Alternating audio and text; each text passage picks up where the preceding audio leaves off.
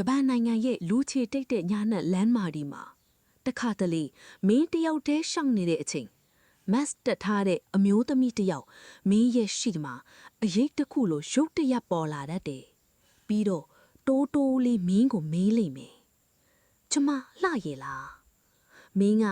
လှပါတယ်လို့သာဖြေလိုက်မိသူမကမတ်ကိုဖြည်းဖြည်းချင်းချွတ်ပြလိုက်မယ်အဲ့ဒီနောက်ွယ်မှာမင်းမြင်လိုက်ရမှာကနှစ်ထင်းအထိပြဲနေတဲ့ကြောက်မတ်ဖွယ်ရာတတ်ဆက်ကြီးပဲသွေးစွန်းနေတဲ့အပြုံးနဲ့သူမထပ်မေးတယ်ဒီပုံစံနဲ့ရောလှသေးရဲ့လား